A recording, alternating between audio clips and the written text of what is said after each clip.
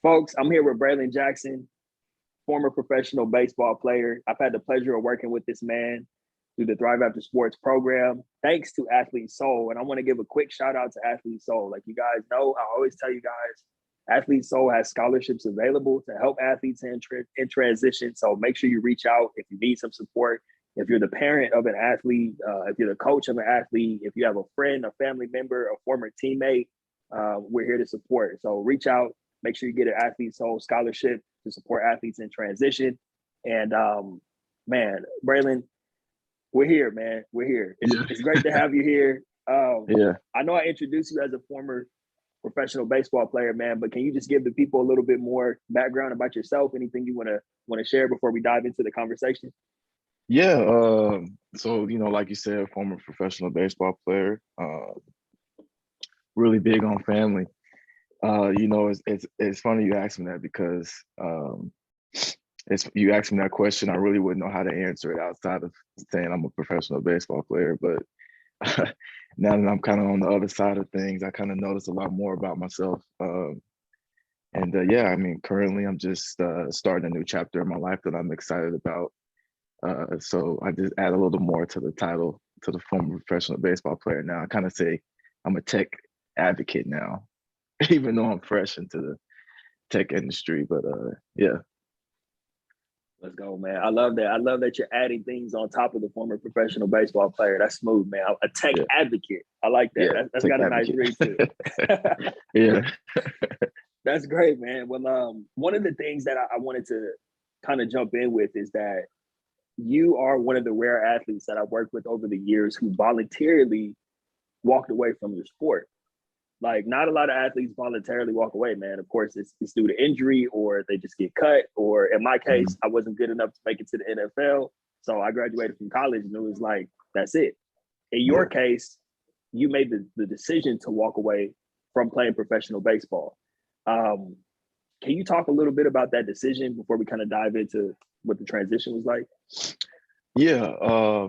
I guess you could say I was just, fortunate to be able to walk away on my own terms. It's just mainly I just paid attention to how I felt mentally.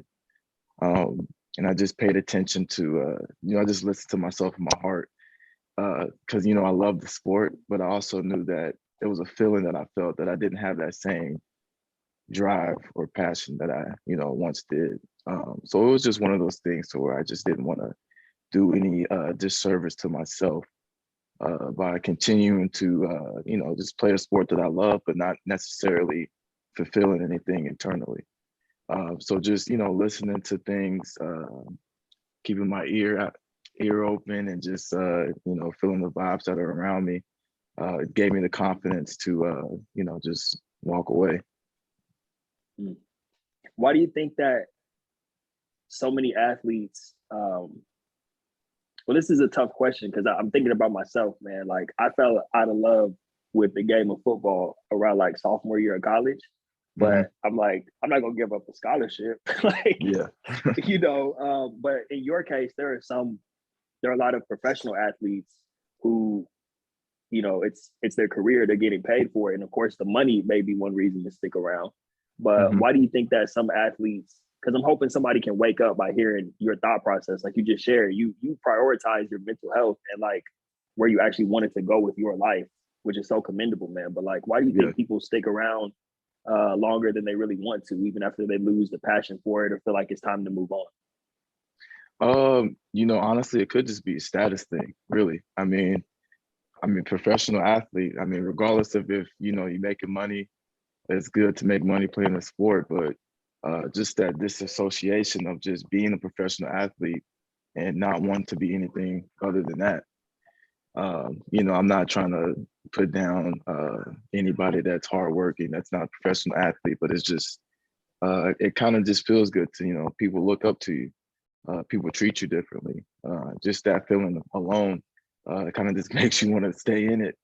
It just feels good to be, looked up to. People want to just be around you. People want to just, ask you questions. And, these are just the small things, but just that feeling. When you get that feeling, you get used to it. You kind of just don't want to separate yourself from it or disassociate yourself with you because, without that title professional, you could be treated a little differently. So you just kind of want to hold on to that. Yeah, that's deep, man. Yeah, that's a great point you bring up. And another thing, this is another reason why I have so much respect for you, man, is because you made the choice to walk away from the game when you could have kept playing. And it's not that you necessarily had something lined up right away. It wasn't like, Yeah. oh, I'm going into this job or this business. It was like, no, I want to enter a space where I can figure it out and start looking at things outside of baseball. And Yeah. I think that's huge. And then like talk a little bit about some of the temptations that started coming into your life in terms of like all of a sudden people are reaching out with different contracts and like, hey, you can come play for this team. I can get you an agent. And what is it that had you decide to stand firm on your decision to start a new chapter of your life outside of baseball? It was really just that cycle of starting over, feeling like I had to start over because, um, I was always having the opportunity to continue to play. Now, I was always taking that gamble on myself. I was always betting on myself as far as like going back to play ball because you never know, this could be the year that could springboard into something else, and then the career could just blow up. But it was that cycle of having to start over because once the season was over, I would come back home in the off season, and I have to just collect my thoughts on whether am I going to continue to play or am I going to try to pick up from the beginning and move on. So it was just that continuous cycle of just going back and forth, and it really was just taken away from my focus and my drive from fully putting in everything I needed to in my baseball career on the tail end of it, because I was being pulled to just want to do more stuff off the field. Even though I didn't know what I was going to do, I just knew I needed to do something away from the game. So yeah, I mean, it was just my optimism and my interest off the field was distracting me from what I needed to do on the field. So that's when I needed to pay attention. I need to listen. I need to listen to my body and just walk away and just take a bet on myself, off the field versus on the field. Yeah. Man, yeah, that's powerful, man. And for anybody listening right now or watching this, whether you're religious or not, if you feel a call, whether that comes from something internal or something that's bigger than us, don't ignore that call. Especially if you keep like Bralin did. Like Bralin, you kept getting the signs and you kept feeling that call more than once, and you decided to listen to it. And Mm-hmm. even in the face of going back to what's comfortable, you stuck to like, no, I'm starting a new chapter. So that's huge, man. That's huge. Yeah, I mean, just you said a key word, comfortable. Because this thought process didn't just start last year; it started a couple years ago. But the thing is, I try to give myself a shot out here in the world, and then the first sign of a struggle, the first sign of just confusion, immediately want to run back to what's comfortable, and that's putting on the baseball uniform, because that was my safety net. That was my comfort zone. That doesn't necessarily mean I was getting any personal growth or I was just growing as a person. It was just comfortable for me to be a baseball player because that's what I've done my whole life. But we all know real growth happens outside of your comfort zone. So, was I really growing as a person, or was I really growing career-wise if I stayed in my comfort zone of playing baseball? So, yeah. Yeah, man. So you took the leap, and you had to be nervous at first, right? Like when you just said, I'm not coming back, and you went back home. Yeah. Did like some panic set in, or like what was it like when you first got back home? Yeah, I mean, panic set in definitely because, I have some buddies and friends just around me who, really weren't believing that I was, fully done. Like they said, oh, we've heard that before, or okay, we'll wait, we'll give it a couple of months. He'll be back in the gym training, and he'll be, picking up that bat swinging again, getting ready for the next season. It really wasn't like serious until I start actually telling managers and stuff, calling me like, no, I'm done. I'm done. And then they're like, oh, well, I always hear that, but you're still young. You still got time, keep pushing, keep doing this. And it was just like, nah, I ain't got, this dog ain't got no more fight in him. and now I'm ready for something else. Right. um, yeah, so yeah, I mean it felt weird and it was scary. I'm not even gonna lie. It was completely scary. Hmm. Yeah. Yeah, and the reason I bring that up is because even though the fear set in of like, oh, wait a minute, I got to figure out what to do now. Like you were immediately taking action and trying to put yourself in Hmm. position. You know, I think back to myself. Um, when I came back home from college, I was like, what? No practice, no film, no 6 a.m. workouts. It's party time. And I went on like Yeah. a bender and just partying. And then I realized like, oh, I probably should get a job and try to get on my feet. So you were we connect. Oh no, you found out about me and Thrive After Sports through Athlete Network, right? That's how it. Yep. Yep. That's it. That's it. Quick side note, everybody, go check out Athlete Network because they've done a great job over the past couple of years of like providing resources for transition. So, how did you how did you even find out about Athlete Network before you even saw my profile on Yeah. there? So Athlete Network was just a resource that I had when I was actually job searching. Because this is a network that was just tailored for athletes wanting to just get into the workforce, just find a career, and that platform just popped up. So I made a profile for it and just threw out applications all over any industry on that platform.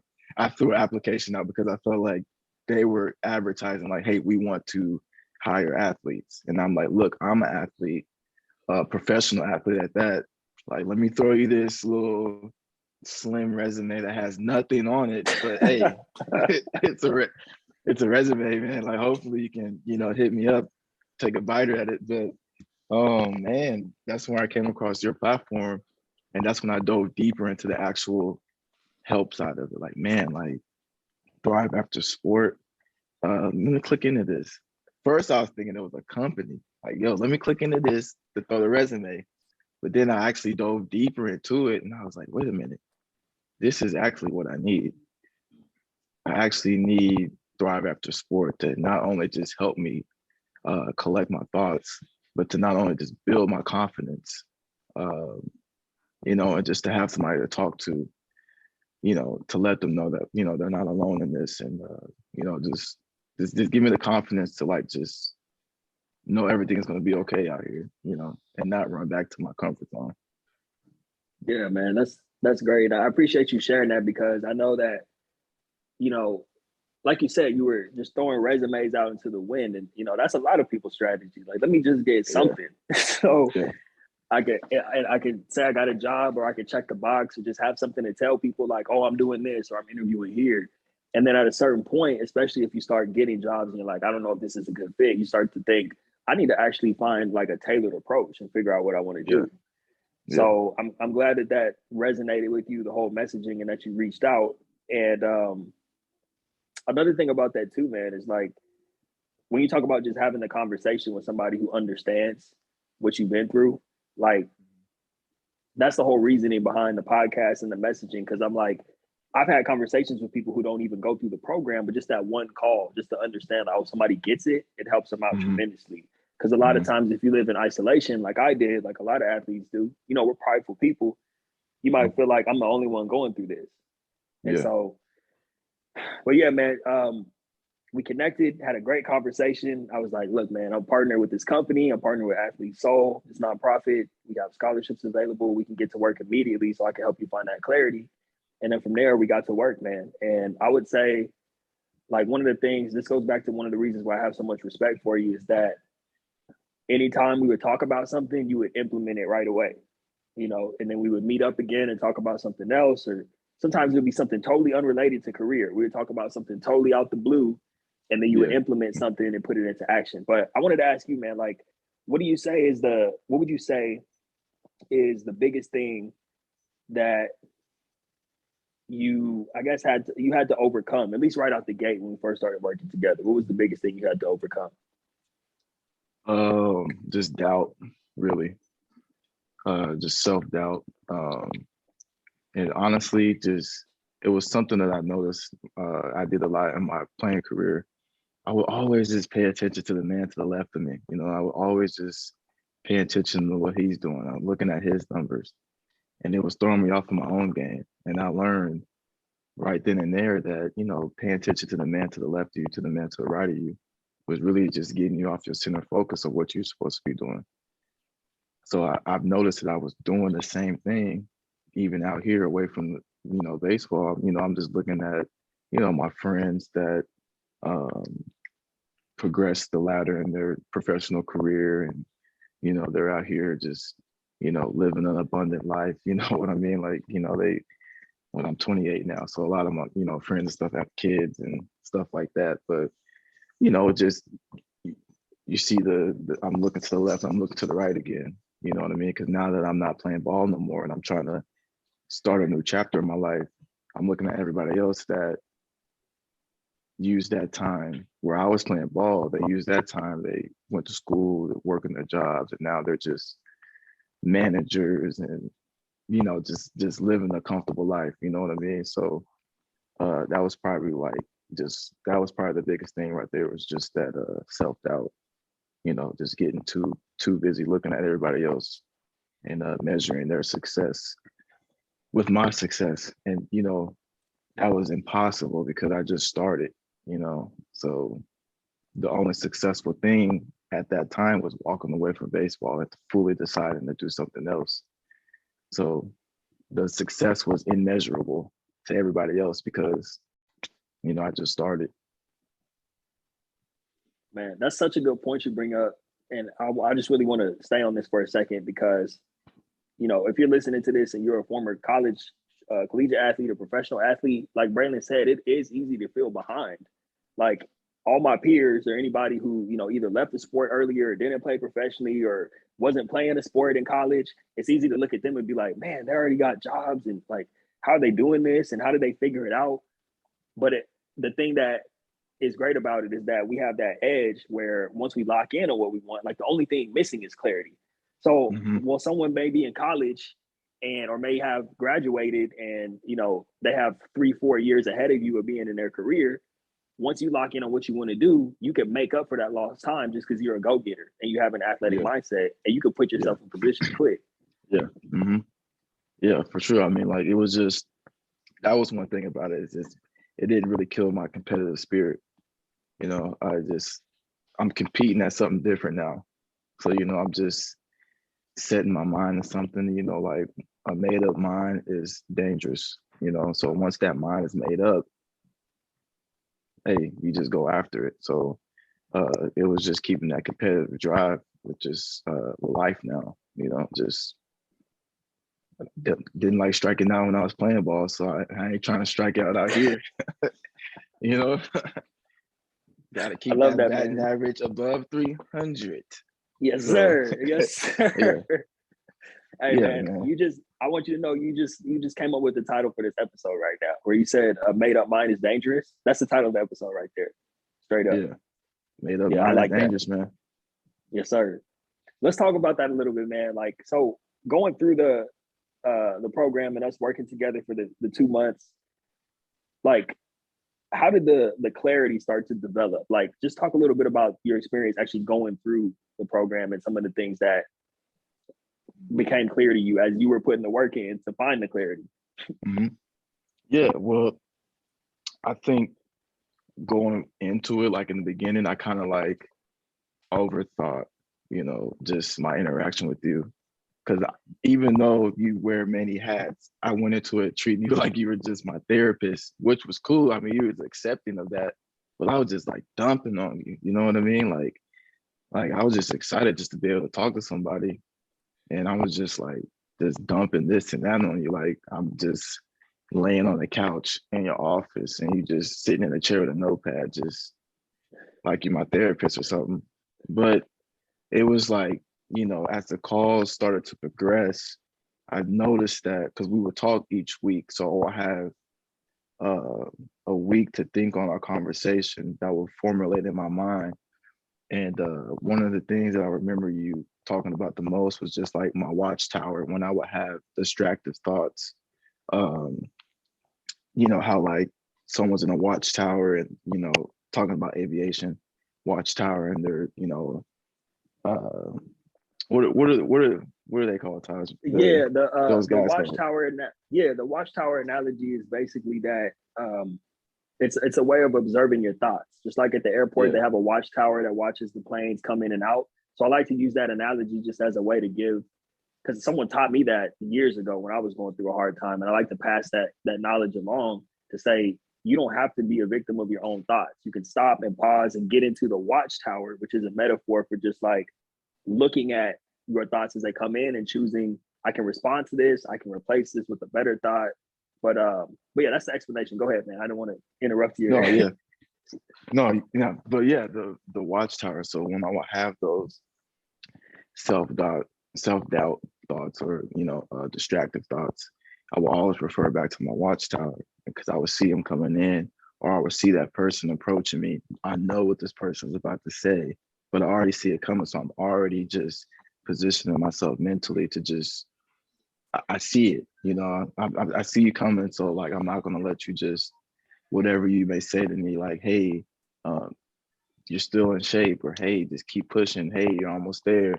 I already know what you're about to say, man. Like I see you coming, so I'm not even gonna let you like get into my headspace right here because I already made my mind up that I'm going to attack something else in life. So yeah, I want to go back to what you said, just to clarify. And I know I've told you this, but I want people listening to know too. Like, I never looked at it as you were like dumping on me. You know what I mean? Like, and for the record, I am not a therapist. But see, the thing is, I've been through what Bralin has been through in terms of just trying to figure out what you want to do. So when you're talking to someone who actually understands, and that's the thing with athletes, because we're so used to like not opening up about things that are bothering us.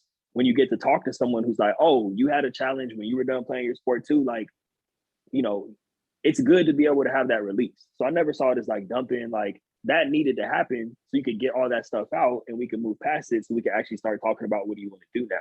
I see too yeah, many, and I'm not knocking anybody, just for the record. I support anybody who wants to work with athletes. But I see too many people trying to jump right into what do you want to do without processing the mental and emotional side of it first. And that's why you don't get the results unless you're able to clear some of the stuff that could be holding you back. So you can sprint. You can take the weight off, the weight vest off that's holding you back, and you can sprint towards the goals. So it yeah, wasn't dumping, and I'm glad that we had that time together. And also, man, just being real with you, like I'm honored that you felt comfortable enough to do that with me, because that means I yeah, get to be the space for you to clear that out. So that's an honor for me, man. Just so you know, in case yeah, I hadn't told you that before.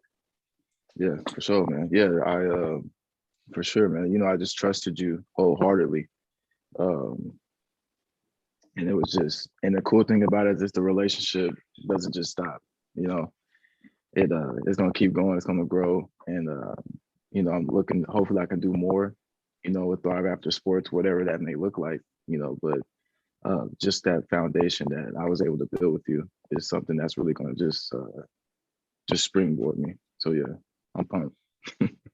Most definitely, man. Like you said, the relationship, it doesn't stop. And I got some things coming over the next couple of years, man. I'm building, just know. So I'm gonna be circling back with you for different opportunities and ways for us to partner together on things. And that's enough. We can go into talking about some of the things you're building on the back end, but just for the sake of time, I do want to be respectful of your time, man. Can you just talk about um, what you're doing now? Like you said, you're a tech advocate, but when it's all said and done, we were wrapping up the Yeah. program and you had put yourself in position to get a great job, working remotely, great pay, the whole nine. Like, what are you doing right now currently? Yeah. So I work for this tech company here in Kansas City. And yeah, so it's a computer software company. And I'm just pretty much just selling software, just helping just other people around the area or just all over the country, just putting them in better positions with the platform that I'm selling just to help their business. And the thing is, like this company and this position I'm in correlates so well with what I've done all my life because not only I'm with a new team and I have new teammates, and even though the office doesn't necessarily look like a clubhouse or a dugout, I still implement those same things I was doing in those settings. My teammates and my manager, I don't call him skipper. His title is VP, but I don't call him I think of him like that's my skipper, that's my manager or whatever. But it's cool though because actually is a big baseball fan, so he kind of helps my transition with even when I'm in the office, he'll use like just baseball analogies when explaining something to me, or just kind of just helping me in my process in that way, so I can help that transition a lot better. And one thing that stuck out to me that he told me actually early on when I was speaking with him, he was like, "Hey, I want to give you this opportunity, but I don't want you to feel like you have to catch up for the last 10 years. I want you to come in and I want you to just crawl. You got to crawl before you walk. And I want you to just grasp things you need to grasp and learn and just go with it." And when he said that to me, I was just like, wow. I mean, that was just something that was amazing, to hear someone say like, "Hey, I understand that you want to first start in life. And I understand that you may feel that you want to catch up for the last 10 years or X amount of years that you were doing something else. I'm just telling you that slow down. You don't have to do that. You can take your time." You know what I mean? So that gave me a lot of confidence in him and in the new job that I started. So yeah. That's awesome, man. That's huge. Like you said, not only is it a great place for you to thrive because of your skill set and just the environment in general, but you got great people around you. Like you said, like that's priceless, man, to be able to have it to where you don't feel like you have to catch up, make up for lost time. You got somebody with you every step of the way. So yeah. I'm beyond excited for you with that opportunity, man. And I just thought about it. I was going to have you go into some of the other stuff you're working on the back end, but what I'm going to do is we'll just have you back on the show once some of those things are up and running. We'll do it like that. Yeah, sounds good. Anybody who's heard enough episodes of this show knows that that's my whole mentality is like, yes, you're in a great position right now, and I'm super excited for where you're at, but also thinking about where you're going. Like I always say, keeping your antennas up.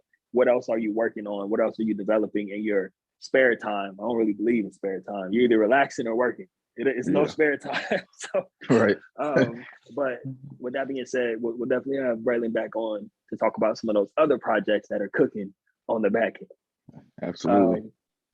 With that being said, man, you're a prime example of what it looks like to thrive after your sport, man, which is why I wanted to have you on.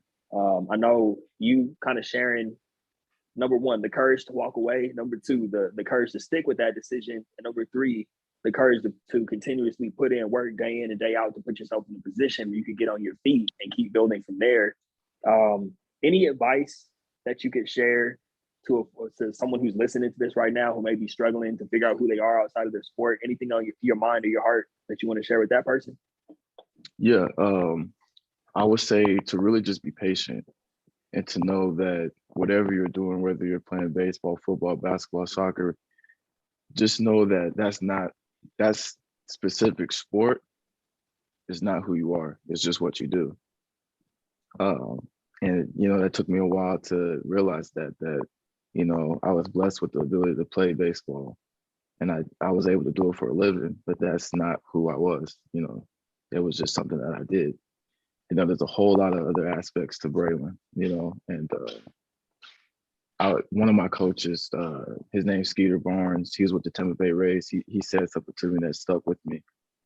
He said this when I was young, and I still remember to this day. He was like, when life is said and done, when we all lived our life, and if all people have to look back on me and remember is all the things I've done on the baseball field, then, he said that's a pretty unfulfilled life. There's more to you than just a baseball player. It's just a small part of who you are and what you do.